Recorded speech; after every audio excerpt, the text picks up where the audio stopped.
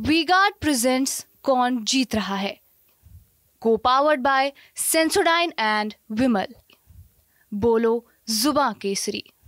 बिहार में 7वें फेज का चुनाव काफी मजेदार हो गया है। 8 सीटों पर चुनाव होने वाला है। इनमें से पटना साहिब, पाटलिपुत्र, बक्सर और काराकाट ये सीट काफी चर्चे में है। ये चारों एकदम हॉट सीट हैं। बक्सर की लड़ाई शुरू में अश्विनी चौबे का टिकट कटने से चर्चे में आई, लेकिन जैसे जैसे चुनाव नजदीक हुआ, दशकों से बीजेपी के कब्जे में रही यह सीट सपा के हाथ में जाती हुई दिखने लगी। लेकिन अब यह कहना आसान नहीं है कि यह सीट कौन जीत सकता है।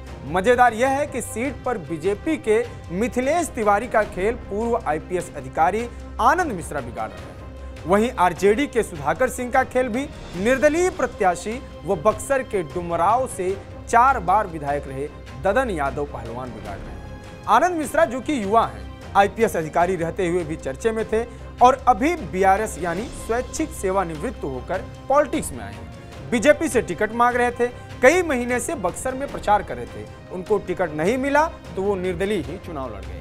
गांव-गांव में लगातार संपर्क कर रहे हैं। युवाओं में उनकी अच्छी धाक मानी जा रही है। ऐसे में यह कहा जा रहा है कि आनंद मिश्रा जितनी मजबूत स्थिति में होंगे, बीजेपी को उतना भारी नुकसान होने वाला है, क्योंकि बक्सर ब्राह्मण बाहुल सीट है और यह बीजेपी का कोर वोट भी माना जाता है। आनंद मिश्रा बक्सर के ही हैं, ब्राह्मण हैं। ऐसे में बीजेपी के मिथिलेश तिवारी को काफी नुकसान पहुंचा सकते हैं। लेकिन नुकसान सिर्फ बीजेपी प्रत्याशी को ही नहीं हो रहा है। कोई यह कहे कि आरजेडी प्रत्याशी सुधाकर सिंह, जो कि पार्टी के वरिष्ठ नेता प्रदेश अध्यक्ष जगदानंद सिंह के बेटे भी हैं, वो यह चुनाव आसानी से निकाल लेंगे तो यह भी अतिशयोक्त होगी, क्योंकि आरजेडी की राह यहां और मुश्किल होने वाली है। बक्सर के डुमराव से 4 बार विधायक रहे पूर्व मंत्री ददन यादव भी निर्दलीय ताल ठोक दिए हैं। ददन यादव जदयू में रहे, लेकिन यादव होने के कारण आरजेडी के वोट बैंक को नुकसान पहुंचा सकते हैं। अब यह देखना होगा कि आरजेडी का ज्यादा वोट काटते हैं या बीजेपी का। अगर आरजेडी का वोटर पार्टी के साथ जुड़ा रहा तो सुधाकर सिंह को कुछ खास नुकसान नहीं होने वाला है। लेकिन एक तीसरा नाम और है, वो है बसपा के अनिल कुमार, जो पिछले 3 चुनाव में 80,000 से 2.25 लाख के बीच वोट ला रहे हैं।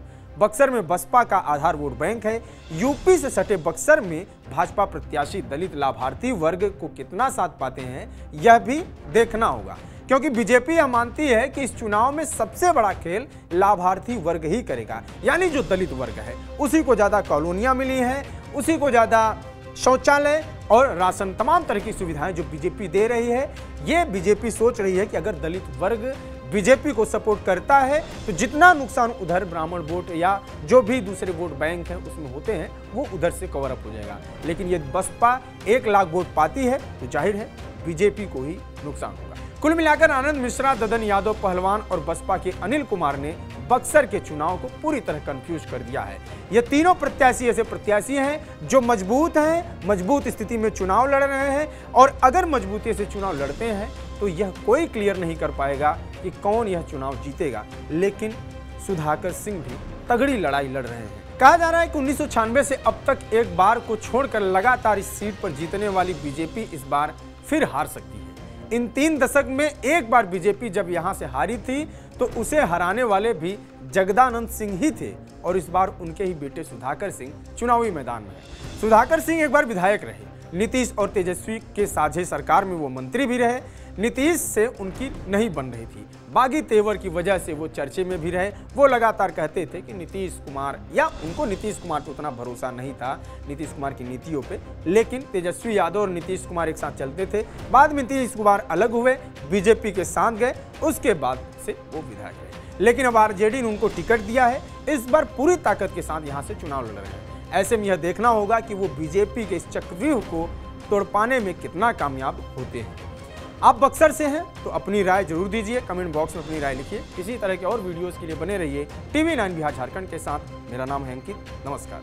वी-गार्ड प्रेजेंट्स कौन जीत रहा है, को powered by Sensodyne and Vimal.